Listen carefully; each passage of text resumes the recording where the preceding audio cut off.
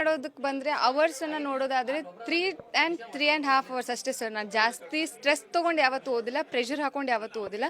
ಒಂದು 3 ಗಂಟೆನೇ ಓದಿದ್ರು ಕೂಡ ಸೆಲ್ಫ್ ಡಿಸಿಪ್ಲಿನ್ಡ್ ಆಗಿ ಸೆಲ್ಫ್ ಸ್ಟಡಿ ಮಾಡ್ತಿದ್ದೆ ಸರ್.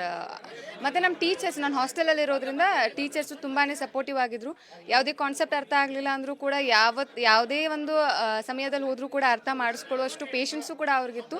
ಸೊ ಅವರ ಒಂದು ಎಲ್ಲರ ಸಪೋರ್ಟ್ನಲ್ಲಿ, ನನ್ನ ತಂದೆ ತಾಯಿ ಸಪೋರ್ಟ್ನಲ್ಲಿ, ನಮ್ಮ ಪೂರ್ತಿ ಕ್ರೈಸ್ಟ್ ಡಿಪಾರ್ಟ್ಮೆಂಟ್ ಅಂತಲೇ ಹೇಳ್ಬೋದು, ಪೂರ್ತಿ ಕ್ರೈಸ್ಟ್ ಡಿಪಾರ್ಟ್ಮೆಂಟ್ ಅವರ ಹೋಲ್ ಸಪೋರ್ಟಿಂದ ಇವತ್ತು ಈ ರೀತಿ ಆಯಿತು ಸರ್. ಸ್ಕೂಲ್ ಬರ್ಗಿ ಅಂತ, ಇಲ್ಲೇ ನಮ್ಮ ಹಳ್ಳಿ ಪಕ್ಕ 3 ಕಿಲೋಮೀಟರ್ ಇರೋದು.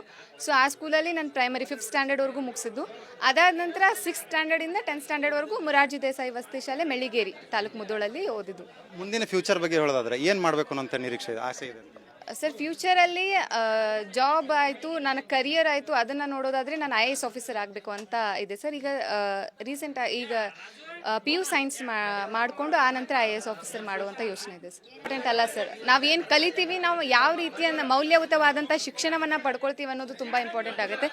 625 ಯಾರು ಬೇಕಿದ್ರೂ ಮಾಡ್ಬೋದು, ಹೇಗೆ ಬೇಕಿದ್ರೂ ಮಾಡ್ಬೋದು, ಆದರೆ ಅಂಕ ಇಂಪಾರ್ಟೆಂಟ್ ಇಲ್ಲ ಅಂತ ಅಲ್ಲ, ಅದ್ರ ಜೊತೆಗೆ ಮೌಲ್ಯಯುತವಾದ ಶಿಕ್ಷಣ ಕೂಡ ಇಂಪಾರ್ಟೆಂಟು.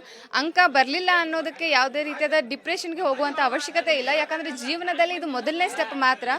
ಜೀವನ ನಮಗಿನ್ನೂ ತುಂಬ ಹೇಳ್ಕೊಡುತ್ತೆ. ಜೀವನದಲ್ಲಿ ನಾವಿನ್ನೂ ತುಂಬ ಸಾಧಿಸೋದು ಬಾಕಿ ಇದೆ. ಇದು ಬಿಗಿನಿಂಗ್ ಅಷ್ಟೇ. ಬಿಗಿನಿಂಗಲ್ಲಿ ಸ್ವಲ್ಪ ತೊಂದರೆ ಆಗೋದು ಸಹಜನೇ, ಇಲ್ಲ ಅಂತ ಅಲ್ಲ.